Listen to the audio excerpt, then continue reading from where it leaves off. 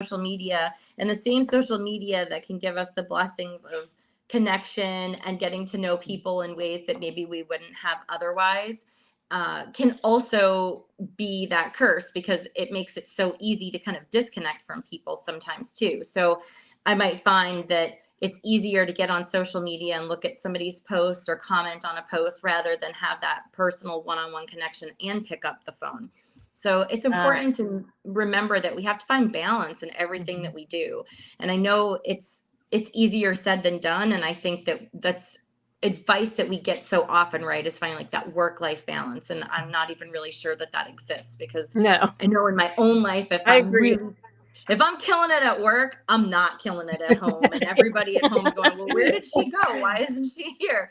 And so, I don't know that it's ever perfect, but it ebbs and flows, and that's just how life works. But the same thing goes with, social media and everything else that we do. You have to kind of find some balance in that.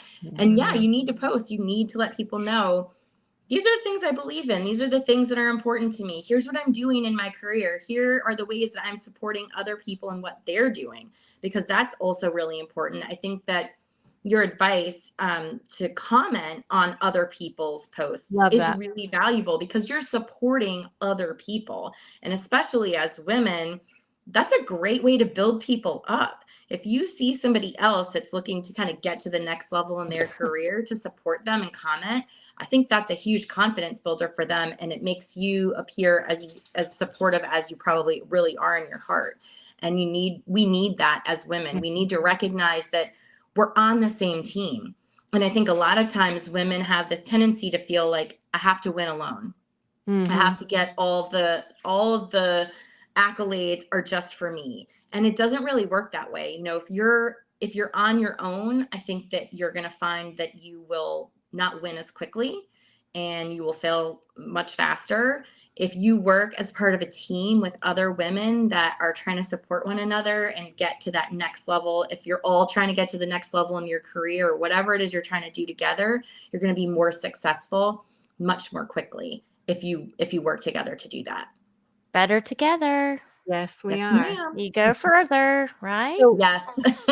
one of the things you hit on, Kate, that I wanted to reiterate, it's not just the positive things that we need to be sharing, right? It's also the things that Yes. we struggle with, because we talked earlier about accountability before we went live, and I have not been good at balancing family and work, but the fact that I have people in my life that love me, like Gina and Angela, they're checking on me to see if I am doing a good job in both, or just kind of steering me in the right direction. Oh, or really just asking the question, how's that going? It's enough to make you go, oh, not great. So maybe I need to get back on the track, right?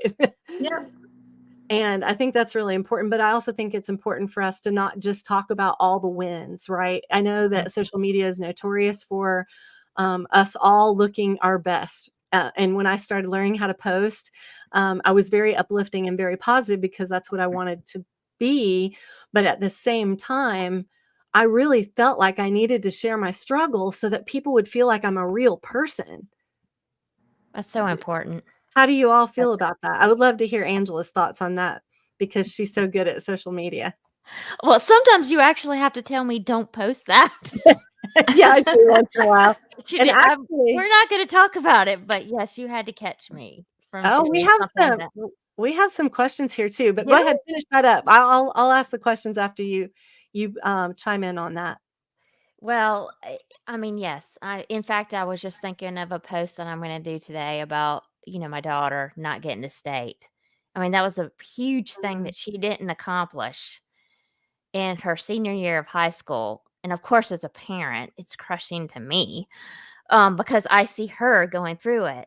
But there's so much to learn from that. And even Christi and Rachel were telling me about that this morning when I called them up to like commiserate. And so, and I know that that's kind of a personal thing, but there's so many like professional things to share too. But okay, so do you want to start with some of the Yeah. comments we're Actually, getting? they're not questions, they're comments. So somebody said they love it. Great information being shared here. And Katie Throckmorton mentioned, to everything there is a season.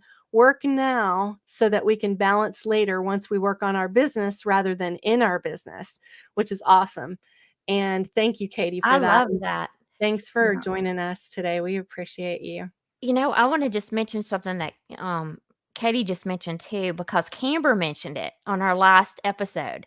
She talked about, and I did this in my career, is when you start out young, maybe that's the time you say yes to everything and you Yeah. like do, as much as you can, because when you start building a family, and it's a lot more difficult and challenging, as I'm sure everyone might. Yeah. Yes, ma'am.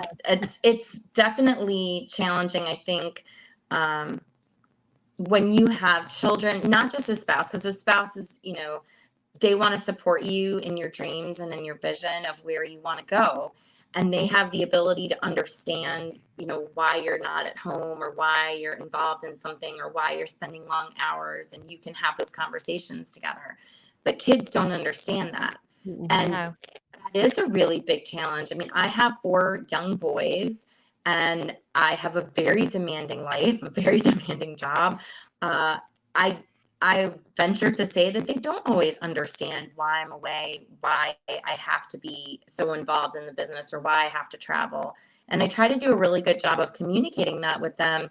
But you're right, you do have to learn to say no more often, or learn to say yes to the right things and be Yep. all in. So I'm all in at my kids' school. I make sure that I'm involved in planning events because it's important for my kids to see me at the school. They love that. They relish it. So that's something that I'm all in on for them, in order to make sure that they see that, I do want to be involved and that I do care.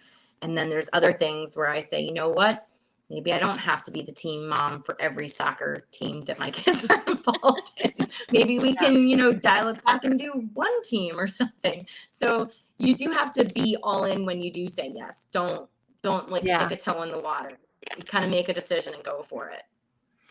All right, we have a question. Thank you, Kate, for that. And it's so important for us not to think we have to do everything. That's probably one of the things somebody needs to be telling me every single minute of every single day. What advice would you give the next generation of young professionals looking to get into non-traditional roles?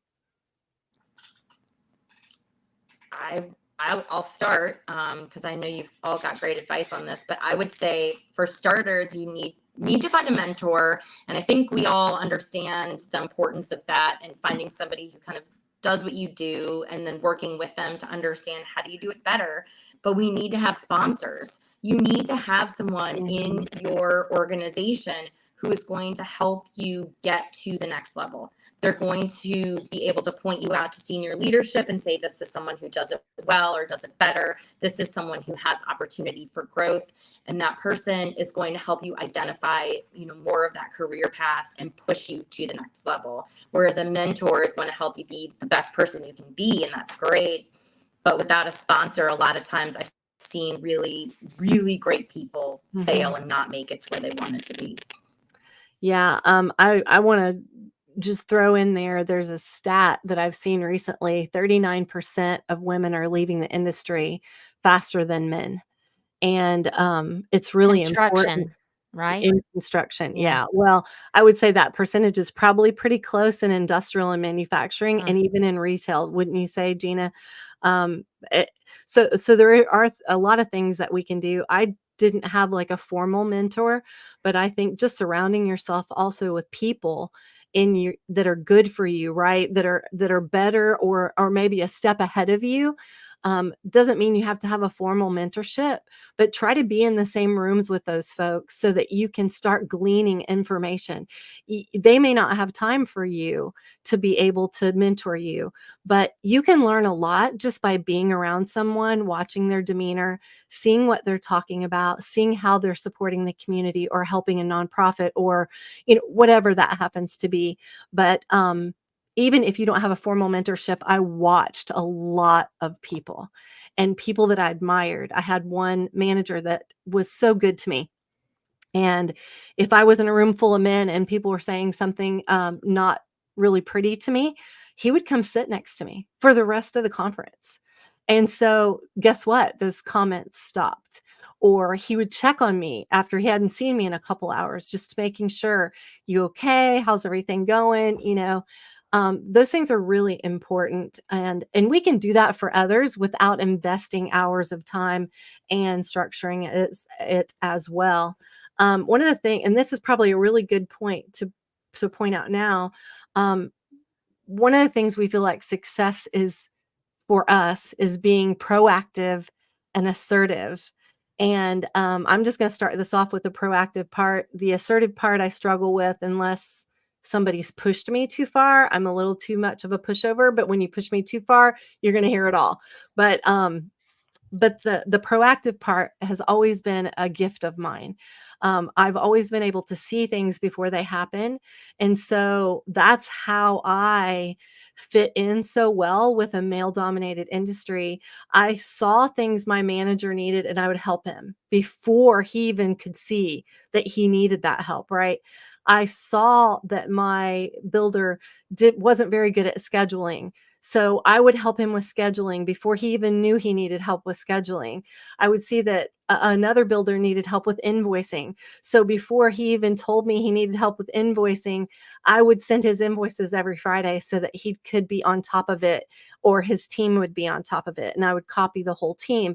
And so that proactiveness, I feel like as a female, it's kind of in our DNA because we have to have children and we have to make sure they don't die, right?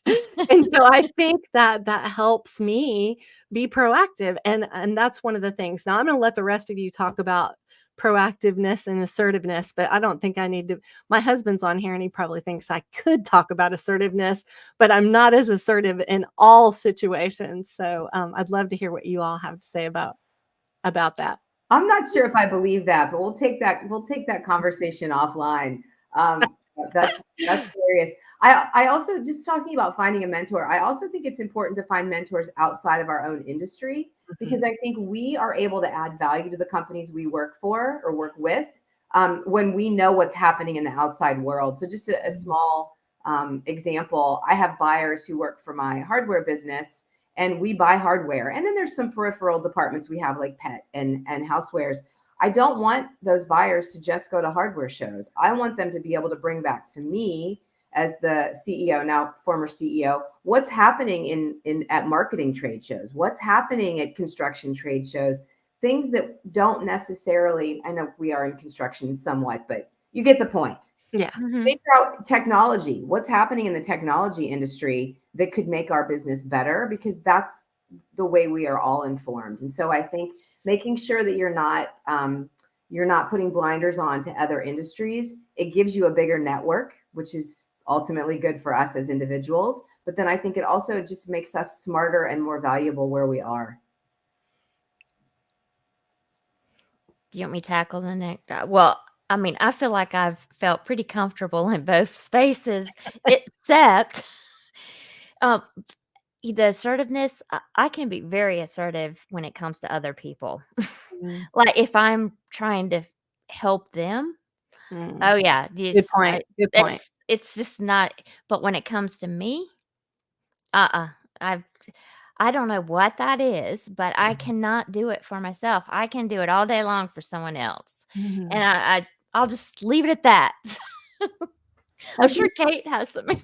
Well, I was going to say, Angela, I wonder if you could define your non-negotiables, and if some of the places where you could be more assertive, or what you think would make you be more assertive, would be when you know you're violating those non-negotiables, or they're being violated. So, for example, I was always considered a pushover as a boss. I made a non-negotiable people communicating disrespectfully to me or another teammate, or someone stealing, which seems like it would be a big one, but you could still be a pushover in either of those situations. If those two non-negotiables in my day were messed with, I knew that I had to be tough, and I was going to be tough because I had made those rules. And then it's not about me, it's about the rule. Great tip. So I'm just going to be transparent and honest here. I just now found our private chat.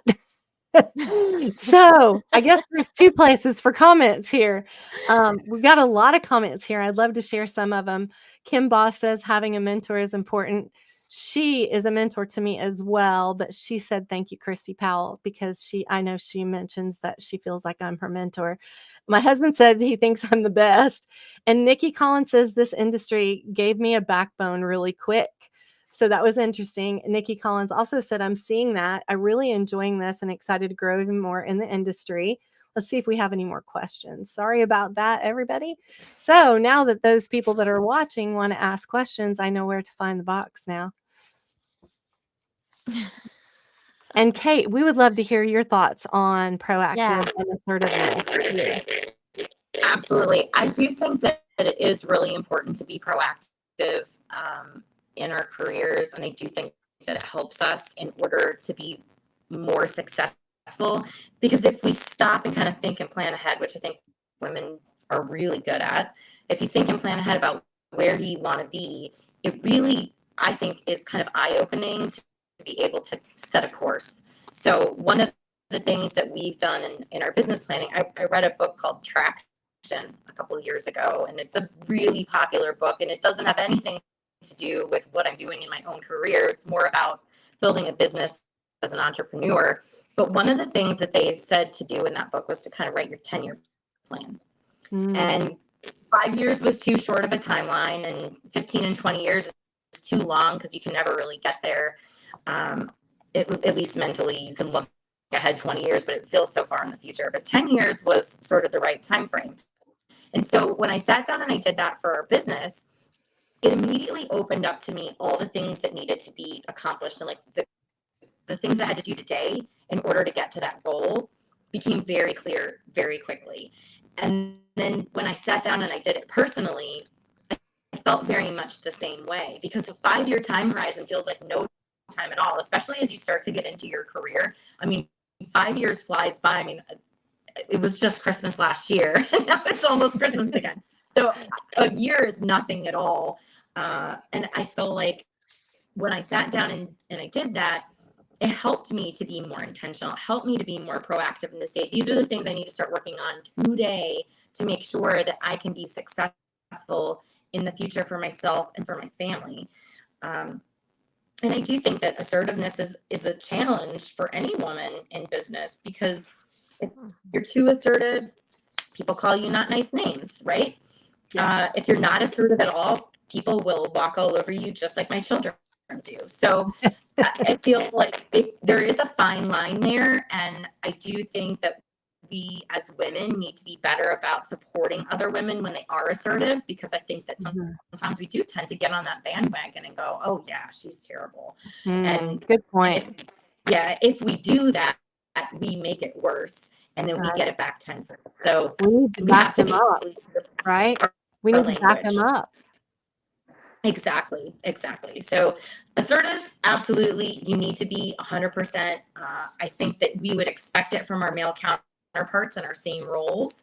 And I think that it is expected from us, but the way that we handle ourselves is really critical. And I know that even myself, I'm excited about what I do.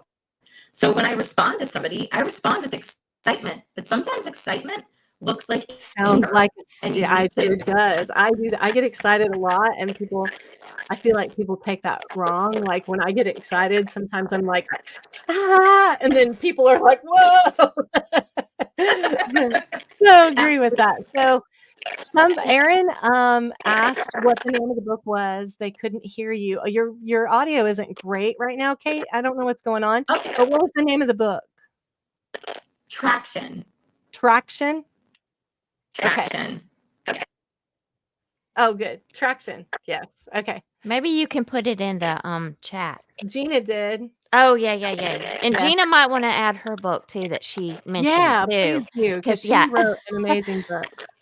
And in the other one she suggested, there's a lot of books out there, right?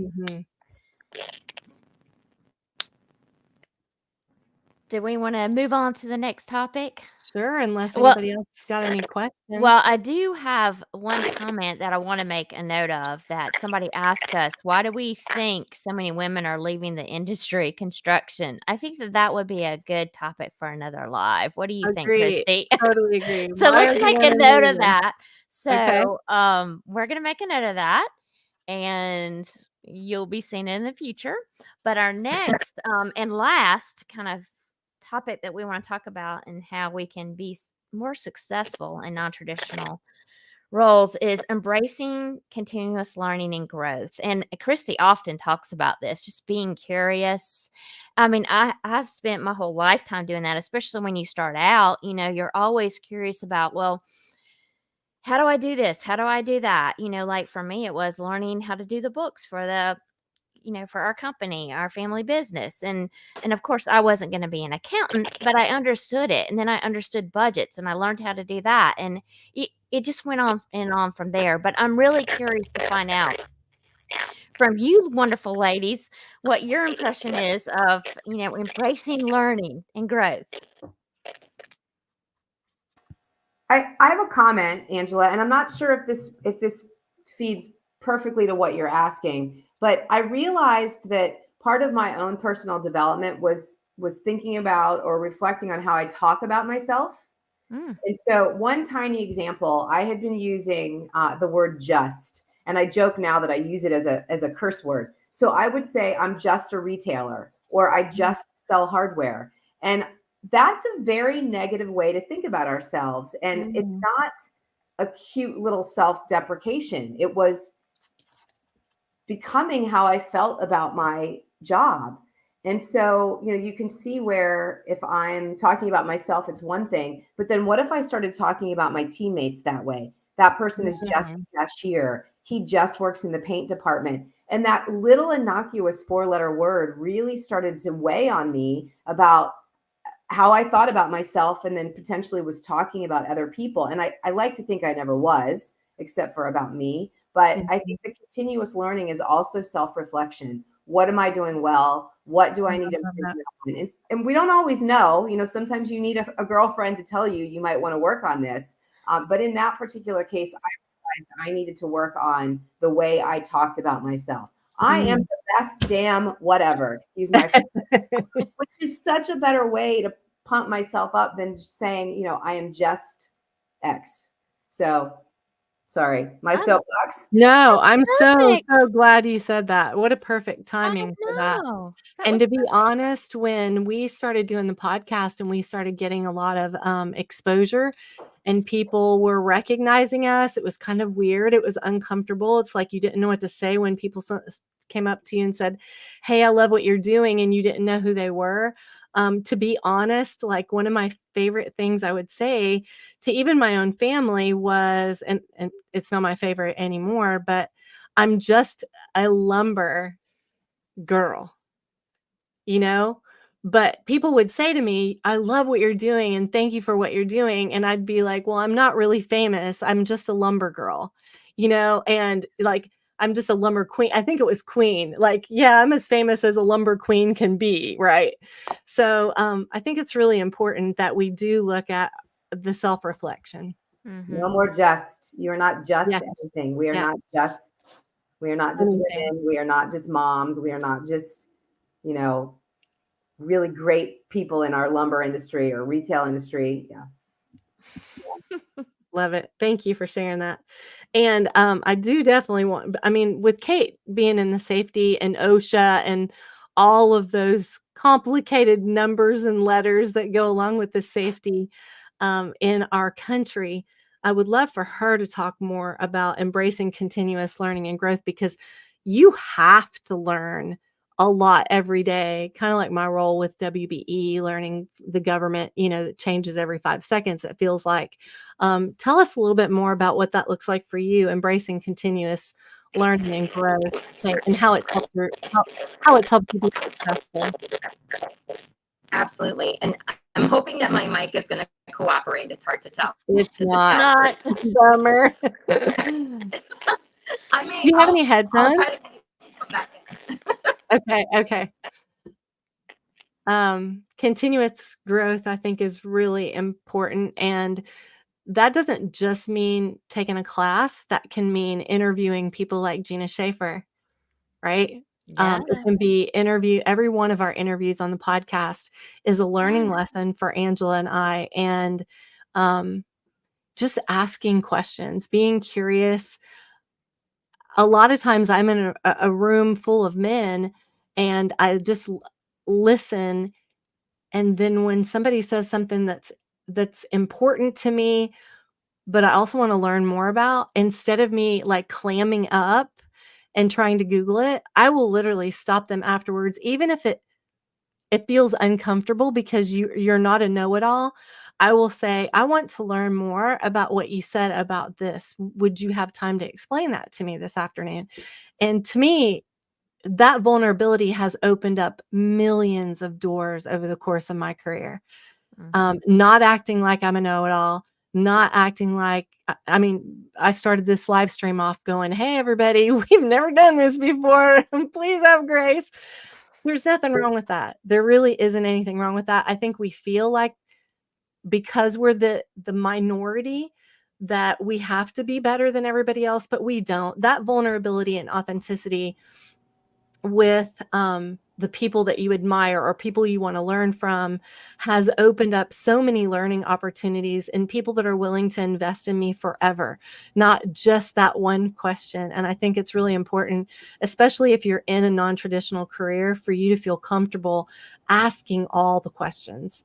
And I love asking questions. That's why I get to be a co-host on a podcast. I think Kate's back. Yay! back. And It's what she hopefully works. much Yay! better. Yay. Sorry, this happened. It's okay.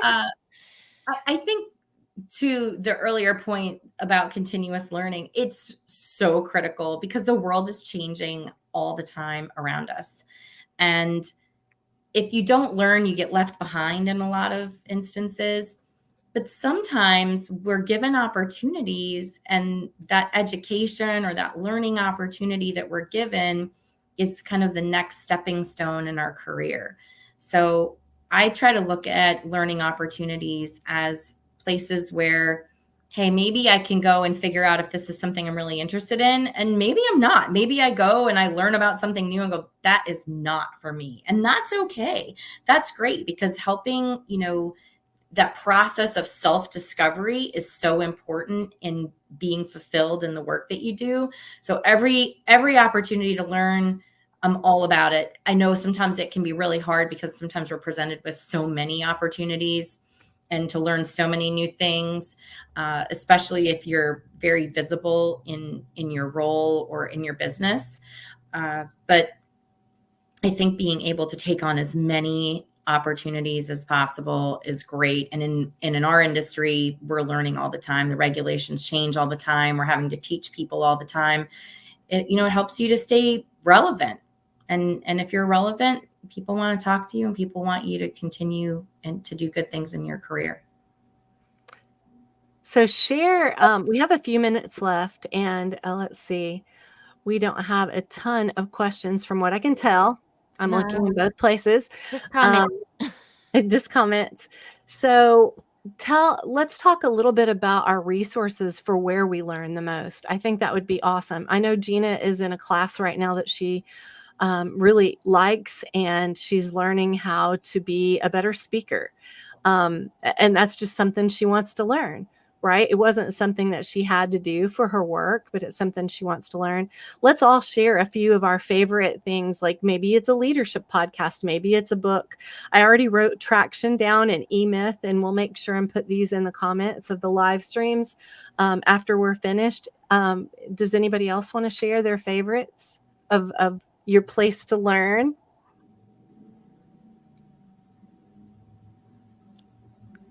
Kate, you can go. So many. Gina? Yeah, I'm trying to narrow it down in my mind because there's so many things. I'm a lifelong reader. I love to read. And I look to other people for recommendations for reading, but I love to read about leadership, and I love to understand more about how people think. Probably one of my favorite books is Never Split the Difference. And it's a book, it's primarily about negotiation. And I thought it was sort of interesting to read it as a woman because it's somebody who was an FBI negotiator. And it's filled with really interesting stories, and written by Chris Voss, if I remember correctly, but don't quote me on that. I could be wrong. But the thing that I loved about it was talking about these negotiation tactics and trying to understand, how we interact with people and understanding where they're coming from. And then how do you negotiate from a place of power, which I think is a really hard thing sometimes for women. Absolutely.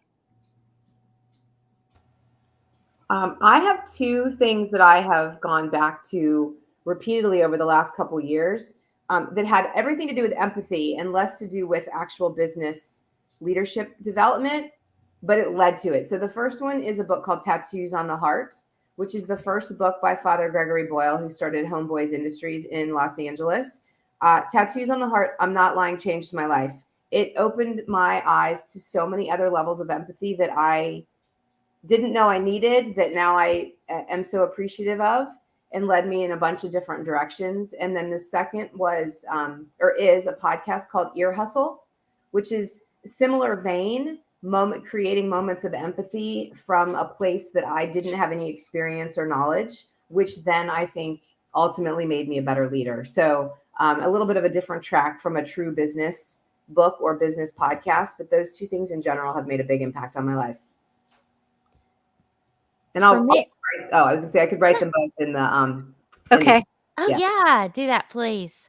I guess for me, I love Brene Brown. Like, I kind of like to dive outside of just it's still leadership, I feel like. But there's one that caught my attention too through all of a journey I went on, was the 15 commitments to conscious leadership. And that's by the Conscious Leadership Group. And I think they're out of like Chicago, but it's a really cool book. And it just helps us be better leaders. And I know a lot of like presidents of companies read this book, and actually they have I think they have like sessions where you can actually go and, like start to be a leader, a conscious leader. So you should check it out, and I'll make a note in the chat. A couple of my favorites, and it was kind of a happenstance that I found them when I was boots on the ground in the field. I spent a lot of my time praying and listening to sermons, believe it or not, because being in sales is very lonely. And, you don't get to make real connections, and it takes up about 70 hours of your week, right? Like, you're just making these hot point connections, and you don't get real connections. And when you're working that many hours and you have kids at home, you just don't get everything you need. So sermons were my favorite thing when I was in the field. But when I took this role, I wanted to be not only an excellent example for my kids, but I wanted to be an excellent example for other women in our industry, because sometimes there are women that are not being good examples, which makes it a little harder for us to enter the industry. And so I started listening to two. Brene Brown was one of my first. Braving the Wilderness was kind of life-shattering, moving for me.